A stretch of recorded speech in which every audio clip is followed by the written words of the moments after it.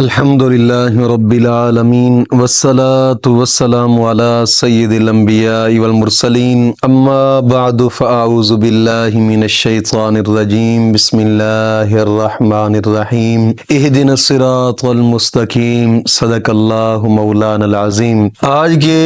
اس مختصر ویڈیو بیان کے اندر جس پر میں نے بات کرنی ہے وہ یہ ہے کہ من چاہے شخص سے نکاح سے پہلے تمہیں کچھ نشانیاں نظر آئیں گی۔ یہ ایک انوکھا ہی آج کا سبق ہے، وہ اس لیے کہ میرا ایک دوست تھا اور جس سے بات ہوئی تو وہ مجھے کچھ باتیں بتانے لگا کہ میں فلاں شخص کے پاس گیا ہوں، فلاں شخص کے پاس گیا ہوں، فلاں شخص کے پاس گیا ہوں۔ تو ہر بندہ یہ کہتا ہے کہ یار کام تو تیرا ہو جائے گا لیکن کچھ رکاوٹیں ہیں۔ میں نے کہا اسے کہ کیا مطلب کیا آپ کا، کہ اس کو کیسے پتا کہ کام ہو جائے گا؟ تو اس نے کہا کہ یار اس نے مجھے سمجھایا ہے کہ کچھ نشانیاں ایسی ہیں کہ جو اس کے اندر پائی جاتی ہیں اور وہ نشانیاں آپ کے اندر بھی پائی جاتی ہیں، لہٰذا یہی دلیل ہے۔ تو یہ بات غلط ہے کہ من چاہے شخص سے کہ نکاح سے پہلے کچھ نشانیاں نظر آتی ہیں۔ دوستو یہ ایک خواب خیالی باتیں ہوتی ہیں، اس میں کوئی حقیقت نہیں ہوتی، کوئی حقیقت نہیں ہوتی۔ اللہ رب العزت کا قرآن فرماتا ہے یا ایھا الناس اتقوا ربکم الذی خلقکم من نفس واحدہ وخلق منہا زوجہا۔ اللہ فرماتا ہے کہ ہم نے آسمانوں پہ جوڑے بنائے ہیں، آسمانوں پہ جوڑے بنائے ہیں، اور ظاہری بات ہے کہ جس کو رب تعالیٰ نے قرآن میں بیان فرمایا اور جوڑے آسمانوں پہ بنے، وہ کون سا شخص ہے کہ جو زمین کے اوپر بیٹھ کر آسمانوں پہ بنے جوڑوں کو دیکھ رہا ہے؟ یہ ایک نظر دیکھ سکتی ہے، ہاں اس کا ہمیں کوئی انکار نہیں ہے۔ اس وقت اس دنیا میں وہ ہے رب کے پیارے بندے، رب کے ولی کی نظر کی یہ طاقت ہوتی ہے کہ وہ بیٹھا زمین پہ اور نظر آسمان پر پڑ رہی ہوتی ہے، یہ حقیقت ہے۔ لیکن بات یہ ہے کہ اس کے اندر کچھ نشانیاں، کچھ افواہیں جو پھیلائی جاتی ہیں، یہ سراسر ایسے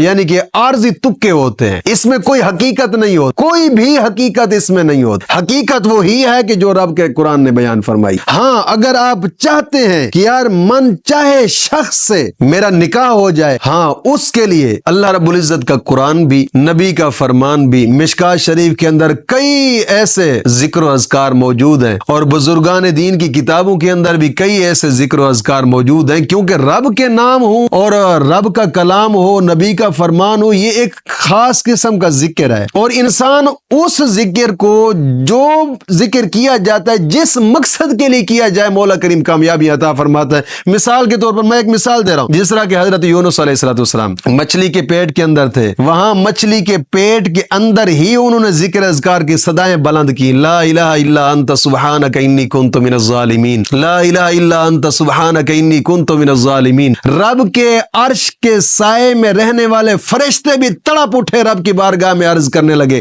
مولا کوئی ہے جو اتنی دردناک آواز میں تجھے پکار رہا ہے؟ کوئی ایسا ہے جو تجھے دردناک آواز میں پکار رہا ہے؟ مولا آج اس کی پکار کو سن، آج اس کی صدا کو سن۔ تو دوستو کچھ ذکر اذکار ایسے ہیں، اور بھی مزید کافی ایسے ذکر اذکار ہیں کہ جو انبیاء کرام کرتے ہیں، اور جو بھی جناب علی مشکل وقت ہے ان مشکل وقت میں کرتے ہیں۔ اور ایسے ہی جناب علی اگر تم بھی کسی من چاہے شخص سے آپ چاہتے ہیں کہ یار میرا نکاح ہو جائے اور ہو بھی لازمی، تو پھر اس کے لیے آپ وظیفہ کریں، لیکن اس طرح کی نشانیوں پہ اعتماد نہ کیا کریں۔ یہ خالی افواہیں ہوتی، افواہیں، ان میں کوئی حقیقت نہیں ہوتی۔ وظیفہ آپ کریں انشاءاللہ العزیز، پھر آپ اس کا کرشمہ دیکھیں گے رب کے ذکر کا۔ لیکن اس وظیفے کو کرنے سے پہلے بھی شرائط ضروری ہے، نماز کی پابندی ہر حال ضروری، یعنی اپنا دل اپنے رب کو دینے والی بات۔ جب تم اپنا دل اپنے رب کو دو گے، پھر دنیا کائنات جناب علی تمہارے قدموں میں جھکے انشاءاللہ۔ نماز کی پابندی کریں، اور ہر نماز کے بعد 11 مرتبہ کلمہ طیبہ اور 11 مرتبہ درود پاک، یہ اشد ضروری ہے۔ اور دوسری شرط یہ ہے کہ اپنے تمام گناہوں سے توبہ اور آئندہ گناہ نہ کرنے کا ایک پختہ عزم کرنا، اور تیسری شرط یہ ہے کہ روزانہ کی بنا پہ کم از کم 2 رکوع قرآن پاک کی تلاوت کے لازمی کریں، لازمی۔ دوستو جس طرح